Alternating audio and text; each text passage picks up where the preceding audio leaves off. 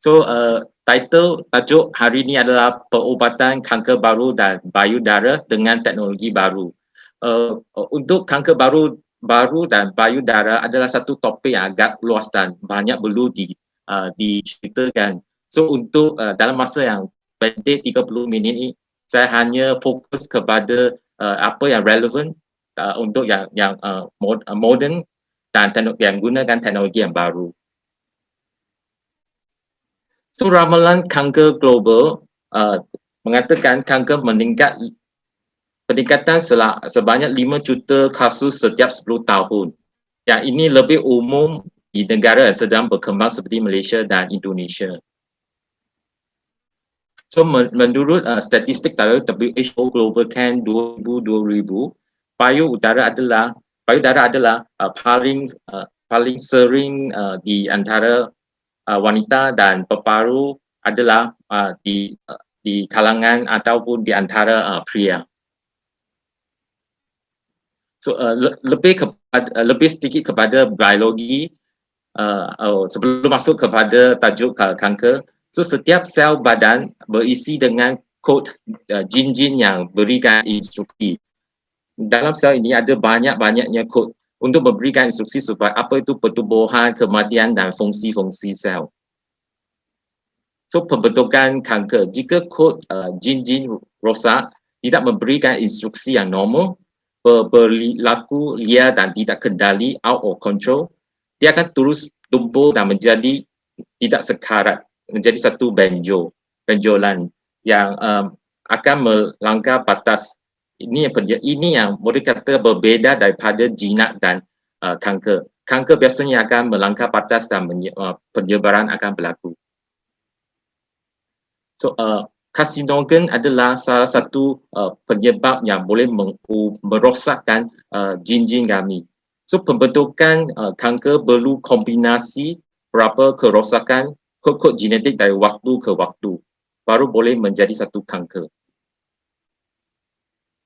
Yang paling umum ialah karsinogen ialah tembakau yang boleh berkaitan dengan lebih daripada 10 kanker. Ya, daripada mulut sampai ke cervix, ovary akan banyak tempat akan disebabkan oleh karsinogen tembakau. Selain itu ada tembakau, polusi udara, arak, virus, pemanasan tinggi yang boleh menyebabkan yang macam BBQ, makanan olahan dan kimia. Ini semualah umumnya karsinogen. Warisan genetik hanya 10% daripada kasus kanker. Kerosakan genetik jenis ini diwarisi daripada keluarga. Karakteristiknya ialah biasanya penderita kanker dalam usia yang muda, penderita kanker mungkin mendapat lebih dari satu jenis kanker pada pasien yang sama. Dan beberapa anggota keluarga juga penderita kanker. Harapan hidup sebab semakin kami moden, harapan hidup orang semakin berpanjang. So lebih banyak orang akan hidup sampai tua dan didiagnosakan dengan kanker. Menurut penelitian Britania Raya, 90% didiagnosikan kanker setelah umur 50 tahun ke atas. So kanker payudara, menurut statistik daripada Indonesia, setiap 10,000 wanita ada 4 orang didiagnosis kanker payudara. Umumnya dalam lingkungan umur 45 sampai 49 tahun. 80% daripada mereka didiagnosa dalam stadium 3 dan 4. Itu yang sangat menyedihkan. Faktor risiko kanker payudara boleh dibahagi kepada dihindari atau tidak dapat terhindarkan. Yang dapat dihindari adalah obesiti, kegemukan, kekurangan bersenam, terapi pengganti hormon menopause, merokok, arak yang berlebihan. Yang tidak dapat terhindarkan adalah usia, yang tadi tunjukkan usia semakin berlanjut lebih akan mendapatkan kanker. Jadi wanita lebih sedang dapat kanker payudara daripada pria, diwarisi dalam keluarga, dan rawatan radiasi dekat dada masa muda, terutamanya ubat limfoma. sebab ini gabungan dua-dua topik supaya dalam 30 minit ini saya akan termasuk juga faktor risiko dekat sini. Merokok merupakan yang punca yang paling utama. Perokok pasif, polusi udara, zat seperti asbes, arsenik, radon, gas radioaktif dan warisan keluarga. So, bulan 10 adalah bulan kesedaran kanker bayu udara. Tujuan ini supaya mengingatkan semua orang supaya dapat diagnosa secara dini, early diagnosis. So sudah ada gejala benjolan, so mengenal pasti itulah kanker bayu udara, dapatkan diagnosa dan pengubatan yang lebih awal. Jika yang dia ada gejala, haruslah menyaring dengan mamogram. So ini tingkatkan hasil pengubatan yang lebih murah, kelangsungan hidup yang lebih baik. So gejala-gejala bayu udara yang terutama yang paling umum ialah benjolan, kedua perubahan pada kulit seperti penebalan, pelubang kecil seperti orange, puting susu masuk ke dalam, puting keluar berdarah atau cecair, bengkak kelenjar getah pening ketiak. Stadium yang gejala-gejala ini lebih boleh katakan lebih lanjut stadiumnya, terutama sudah memakan kepada kulit ataupun bengkak tangan sebelah tangan, dan yang kebanyakan kanker akan masuk ke dalam saluran pembuluh darah dan bergerak ke peparu, tulang, otak dan sebagainya. So gejala kanker paru-paru yang patut tidak sembuh selama lebih daripada 2 minggu, nyeri berterusan pada dadah, pleurisy, batuk berdarah, sulit bernafas, berat badan menyusut yang signifikan. Jika mengalami gejala atas, sila memeriksa ke doktor. So diagnosa kanker bayu udara yang paling common, yang paling sering kami gunakan melalui mammogram. Okey, melalui mammogram ini dapat pisah nampak kanker di sini. Tetapi jika bayu yang sangat padat, macam usia yang lebih muda, agak susah untuk mendeteksikan kanker. Waktu itu perlukan USG yang lebih senang untuk mendetekkan kanker pada yang padat. Biopsi ialah diagnosis kanker secara pasti. Jika dapat benjol yang jelas, boleh masukkan jarum untuk dapatkan biopsi. Jika yang kecil sangat perlukan bimbingan USG. Dari segi peparu, bronkoskopi adalah teropong yang masuk ke dalam saluran pernafasan untuk dapatkan biopsi kanker. Waktu yang sama boleh memeriksakan kelenjar getah pening sekitar saluran pernafasan. Selain pada bronkoskopi, bisa juga menggunakan bimbingan CT scan untuk biopsi, terutama kanker yang lebih kepada di tepi, yang bukan di tengah-tengah. Yang di tengah-tengah lebih sesuai untuk bronkoskopi, yang lebih kepada tepi lebih sesuai untuk gunakan CT scan guided. So selepas dapatkan biopsi itu, tujuannya itu untuk pastikan jenis sel kanker. Contohnya karsinoma ataupun prakanker. Selain daripada itu, kami boleh dapat tahu subtype kanker bayu udara atau paru melalui biopsi. Tanpa biopsi susah kami dapat tahu informasi itu.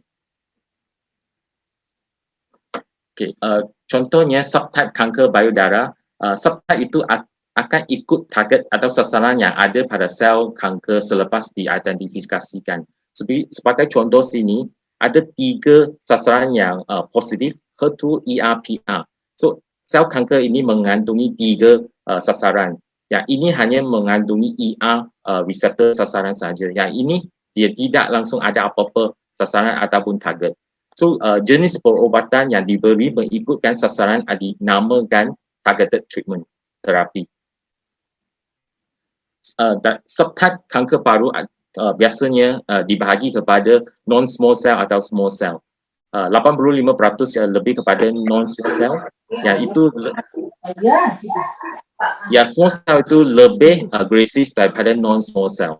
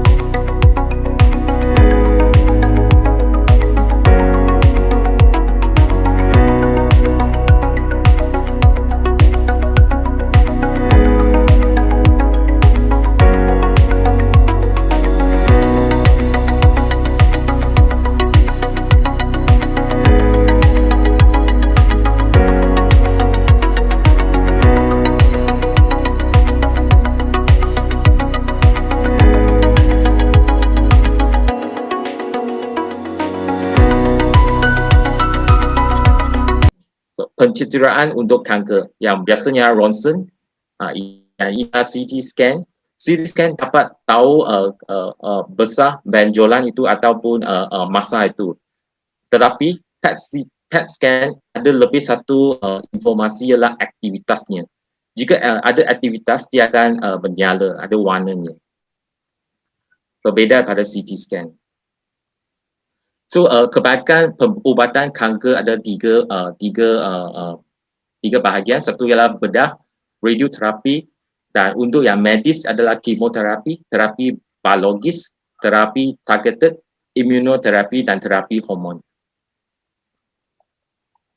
So untuk payudara, pembedahan jenis-jenisnya ialah kami lebih kepada sekarang pada waktu zaman ini lebih kepada operasi konservatif payudara BCS.